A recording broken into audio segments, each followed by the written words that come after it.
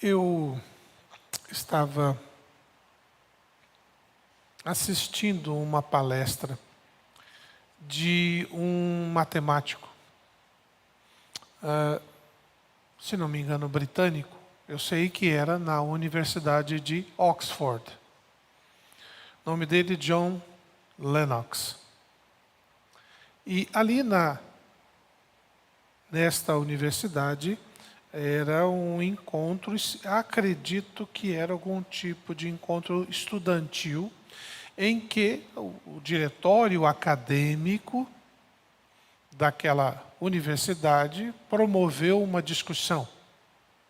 E nessa discussão sobre a existência de Deus. Isso é recente. John Lennox é um senhor cristão de 81 anos, e ele é matemático, filósofo, acadêmico dessa própria universidade, Oxford e Cambridge. E ele é professor daquela universidade também. Ele foi aluno e tornou-se professor. Matemático, pensador e crente fiel. E de um lado estava ele, do outro lado estavam aqueles que são chamados ateus. Principalmente um dos, hoje, maiores críticos da religião. De qualquer religião. Ateu, que ele diz que é ateu puro. Escreve livros e esses livros têm influenciado gerações. E este nosso irmão ali, expressando a compreensão da existência de Deus, ele foi explicando sobre que Deus existe, porque ele crê a existência de Deus e que a existência de Deus não é contraditória à ciência, ao pensamento científico. Haja visto, quando a gente lê a história da ciência, os maiores pesquisadores do passado, grandes invenções, grandes descobertas, eram homens tementes a Deus. E perguntaram, esse senhor, esse matemático, numa ocasião perguntaram a ele. Eu comecei a ler artigos sobre ele, filmes e tudo mais, e numa desses momentos na vida dele, perguntaram qual seria a resposta que ele daria à frase que Stephen Hawking, quem foi Stephen Hawking? Ele foi considerado o Einstein do século XXI, porque ele fez descobertas do universo que até então explicou.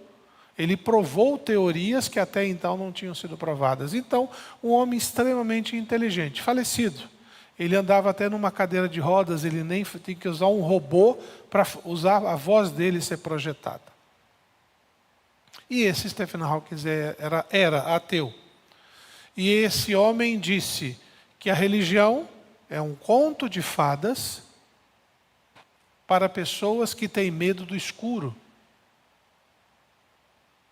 E aí perguntaram para John Lennox como que ele responderia a essa afirmação. E ele disse: o ateísmo, isto é, não crer em Deus, é um conto de fadas para pessoas que têm medo da luz. Nós somos pessoas que precisamos entender, e aí ele continua numa das suas explicações, de que Deus não é uma teoria, não é uma ideia, não é um pensamento abstrato, mas é uma pessoa. E como pessoa, ele interage, ele relaciona-se, ele está em constante contato com sua criação. Então, Deus não é uma ideia inventada pelos homens, não é uma teoria elaborada em laboratório para ver se prova ou não, e muito menos um conceito para poder explicar determinadas coisas. Deus é uma pessoa. A Bíblia mostra que Deus sente, se ira, corrige, protege, acompanha. E a Bíblia nos ensina que ele se personificou como um ser humano, na imagem e semelhança, na imagem de Jesus. Quem olhava para Jesus via o Pai. E não no conceito humano de físico, mas nas atribuições, nos atributos, no comportamento e no pensamento de Jesus, quem olhasse para ele veria a Deus. Não mais como um conceito, uma ideia que fica lá, que eu fico tentando imaginar. Deus não pode ser a sua imaginação. Você precisa entender que Ele é uma pessoa e que você tem que ter um relacionamento com Ele. Relacionamento exige presença. Relacionamento exige diálogo. Relacionamento exige atenção. Porque quando Ele fala, você tem que ouvir da mesma maneira. Quando você fala, Ele te ouve. Quando lemos o Salmo de número 3, nós vemos Davi nos ensinando quem é Deus. Não o que pode fazer, mas quem Ele é. O que diz o Salmo de número 3? Na versão NVI, o Salmo 3 diz assim, a mídia vai colocar no Data Show o Salmo 3 ou só... Salmo 3, NVI, diz assim: Senhor, muitos são os meus adversários, muitos se rebelam contra mim. São muitos os que dizem a meu respeito, Deus nunca os salvará. Mas tu, Senhor, és o escudo que me protege, és a minha glória e me faz andar de cabeça erguida. Ao Senhor clamo em alta voz, e do seu santo monte Ele me responde. Eu me deito e durmo e torno a acordar, porque é o Senhor que me sustém. Não me assustam os milhares que me cercam. Levanta-te, Senhor, salva-me, Deus meu, quebra o queixo de todos os meus inimigos, arrebenta os dentes dos ímpios. Pesado isso, né? Foi Davi que disse para Deus. Do Senhor vem o livramento, a tua bênção está sobre o teu povo. Eu vou ler uma outra versão desse mesmo texto, que é a Bíblia Viva. Olha o que diz. Ó Senhor, como cresceu o número dos meus inimigos. Há muita gente contra mim querendo me destruir. Tantos estão dizendo que Deus nem vai se interessar em me salvar. Mas tu, Senhor, és um escudo que me protege. Tu és o meu orgulho. Tu me faz andar de cabeça erguida, apesar da minha vergonha e do meu sofrimento. Contei ao Senhor os meus problemas, e Ele me respondeu do santo lugar onde vive. Por isso, posso me deitar tranquilo e dormir em paz. Quando acordo, me sinto seguro, porque o Senhor cuida de mim. Agora mesmo, cercado de todos os lados por um exército de 10.000 inimigos, não tenho medo. Pedirei a Ele, levanta-te, Senhor, salva-me, meu Deus. Então, Ele ataca os meus inimigos, fere os seus queixos e quebra seus dentes. Isso acontece porque a salvação pertence ao Senhor. Ele dá grandes bênçãos ao seu povo.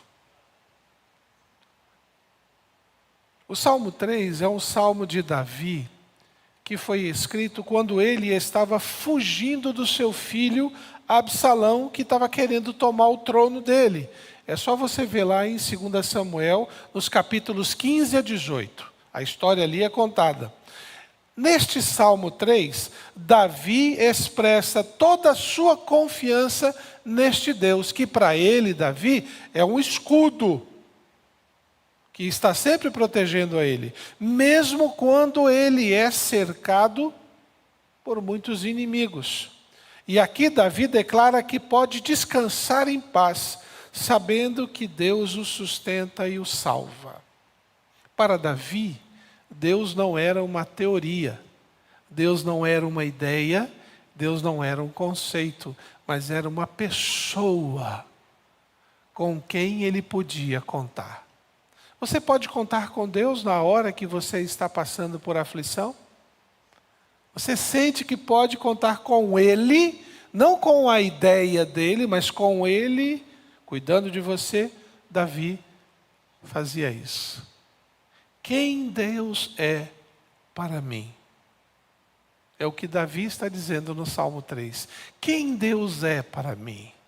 Ele é uma pessoa, porque Ele é um escudo que protege. O escudo é um instrumento de defesa. Protege você no combate. Dizendo muito claro que nós estamos vivendo uma vida que é um combate constante. Coisas que ao tempo todo tentam te desmotivar, fazer você desistir, fazer você querer fazer outra coisa, abandonar o que está fazendo, e é como se fosse um ataque constante. Davi está dizendo, seu Deus, Ele, a pessoa dele é como um escudo, Ele vai te proteger, confie nele. E olha que Davi estava fugindo do próprio filho, que queria matá-lo. Mas Davi diz, Deus é para mim um escudo que protege, não é um escudo que fica na parede. Tem muita gente que fala, Deus é salvador, mas não consegue confiar em Deus, só é da boca para fora. Na hora que aperta, pula fora, bota a culpa no outro, fala que é perseguido, é o diabo. E a gente esquece que o nosso Deus é um escudo que está presente. Mas nós, ao contrário, precisamos entender de que, como todo escudo, nós temos que segurá-lo. Nenhum escudo fica preso no seu braço se você não segurá-lo. O escudo tem um lugar onde você ou prende com a mão ou prende o antebraço. E aqui ele fica o tempo todo se levantando. Porque no combate nós precisamos ter este escudo da vida. Então Davi disse, quem Deus é para ele? Um escudo que protege. Não é uma ornamentação. Deus não é ornamentação na nossa vida. Ele não pode ficar num lugar lá, num oratório, onde você vai lá, faz sua oração e vai viver a sua vida. Ele tem que estar presente no seu dia a dia. Segundo lugar, Davi nos ensina que Deus é quem me levanta a cabeça. Às vezes passamos por momentos ruins, chatos, que a gente se prostra, a gente fica entristecido, com cabeça baixa, querendo desistir. Mas o nosso Deus, a quem nós servimos e adoramos, Ele o tempo todo está dizendo, levanta a cabeça, você não está sozinho não. Eu disse que ia estar com você o tempo todo, por que você está aí desistindo? Vamos, ânimo, mais uma légua, mais uma remada, mais uma corrida, mais um obstáculo. Lembro de uma história de um homem, uma história que foi contada dizendo que Deus disse a um homem, o seguinte, está vendo essa rocha, era uma pedra enorme, empurre ela. E ele, sim senhor, foi lá empurrando. E a rocha não... E ele foi indo, empurrava de um jeito, empurrava de costa, empurrava de cabeça, e passando horas, dias, meses... E ele empurrando, até uma hora que ele já estava exausto, todo dia fazendo a mesma coisa, porque Deus dizia, vai lá empurrar a pedra. E ele falou, Senhor, eu não aguento mais, não andou nem 1 milímetro, não saiu do lugar. Essa pedra eu não consigo tirar ela daqui. E Deus disse, quem foi que disse que eu falei para você tirar a pedra do lugar? Eu disse para você empurrar. Mas por que, Senhor? Dá uma olhada ali no espelho.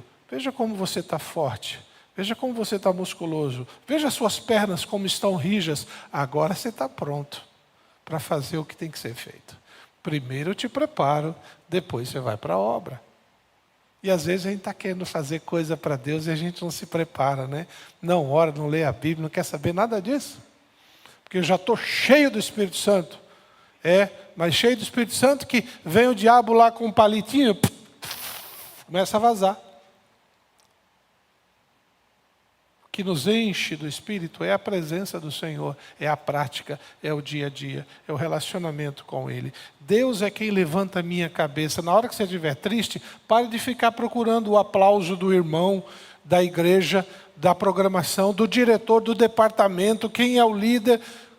Isso não vai levantar a sua cabeça. Quem levanta a sua cabeça é o Senhor. É Ele que te sustenta. É Ele que te protege. É Ele que vai falar assim, levanta a cabeça. Segue em frente que você não vai cair, não. Eu estou com você. Terceiro lugar. Quem é Deus para mim? Davi disse, e nós precisamos aprender. Deus é quem me ouve e responde. Se você tiver a ousadia de reconhecer Deus como pessoa, como alguém que quer conversar com você, Ele vai te responder. É que o problema é que a gente quer que Deus responda do jeito que a gente quer. E Deus responde do jeito certo, da maneira dele. Eu fiz uma oração um tempo atrás, Senhor, eu preciso de algumas respostas, eu preciso que o Senhor me dê alguns alertas. Eu preciso que o Senhor me diga onde é que eu estou falhando. Porque se eu não tiver esses alertas, eu posso cometer erros. Eu preciso que o Senhor fale comigo. E eu estava na expectativa de ouvir Deus falar na minha... Paulo, né? Como diz lá com Samuel, né? Samuel. Estava querendo ouvir Deus falar, Paulo. Eis-me aqui, Senhor. E não teve voz de madrugada, não, irmãos. A única voz que eu ouvi de madrugada foi um ronco assim, à noite, sabe? De vez em quando acontecia. Eu achava, Senhor... Não. Aí voltava a dormir. Mas eu faço isso com ela também. Ela está me olhando assim, hoje eu não vou dormir no quarto, não, acho que vou dormir no sofá. Né? Então, e eu falei, Senhor, e aí eu comecei a perceber uma coisa maravilhosa. Deus estava falando comigo através de ovelhas dos irmãos. Às vezes com uma pergunta, às vezes com uma dúvida, às vezes com uma reclamação. Falei assim, poxa Senhor, eu estava querendo ouvir uma voz angelical, e o Senhor estava falando comigo através das tuas ovelhas. Além da palavra de Deus. Portanto, Deus me ouve e me responde. Fale comigo e responder-te-ei e anunciar-te-ei coisas grandes. O problema é que muitas vezes a gente está falando com Deus, pedindo para que Ele responda do jeito que a gente quer. E Deus nem sempre faz isso. Ele responde aquilo que é certo e o que Ele quer. E se tem uma coisa que Deus quer de nós, é santificação. Isso é fato. Santificai-vos hoje, para que vocês vejam a potente mão do Senhor. Se eu não estou me preparando para me encontrar com Deus, eu penso assim, comecei a pensar dessa maneira, eu vou me encontrar com Deus, então eu vou tomar banho, colocar uma roupa limpa, cheirosa, pentear o cabelo. Eu não vou de qualquer jeito. Eu vou conversar com Ele, eu vou conversar com o Rei do Universo, que vai me dar um horário exclusivo, eu e Ele. Não será uma multidão e Deus lá, tá bom, você é sua vez. Não, eu e Ele. Você e Ele. Ele tem capacidade de te dar atenção exclusiva. E é muito interessante que isso acontece na sociedade, né? Todo mundo quer falar com aquele coach. Aí o coach fala assim, olha, vou dar um curso, um treinamento. Aí um monte de gente paga taxa lá, paga lá R$500 para assistir uma palestra. E ele fala assim, ó, se você pagar mais R$1.000, eu vou dar um atendimento exclusivo para você de 2 horas. E tem muita gente que paga. E o nosso Deus nos dá atendimento exclusivo de graça, de grátis, como eu via. E nós precisamos confiar nisso. Então, quem Deus é para mim? Ele é aquele que me ouve e responde. Não é apenas falar e esperar acontecer. E por último, Deus é aquele que me sustém. Veja lá. Por isso, verso 8. Não, 8 não. Verso 5. Eu me deito e durmo.